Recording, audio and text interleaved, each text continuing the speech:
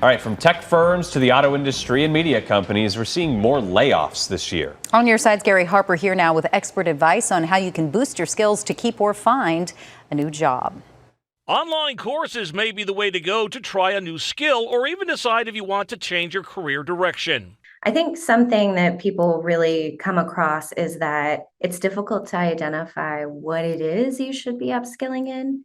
So if you're working in a job where you have technical skills, but you realize that, oh, AI has come into the picture, or it's some new platform that you haven't really dealt with, where do you go to find those skills? Juanito Serrano is the Vice President of Social Impact and Innovation at edX. That's a website where you can sign up for courses at universities around the country for free to learn new skills.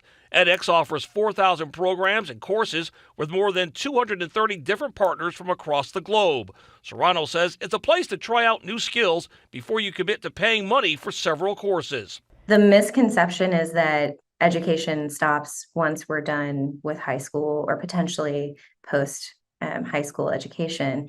And really, what our goal should be is to continuously learn. Lifelong learning is really the key to stay ahead of what the needs are in the job market.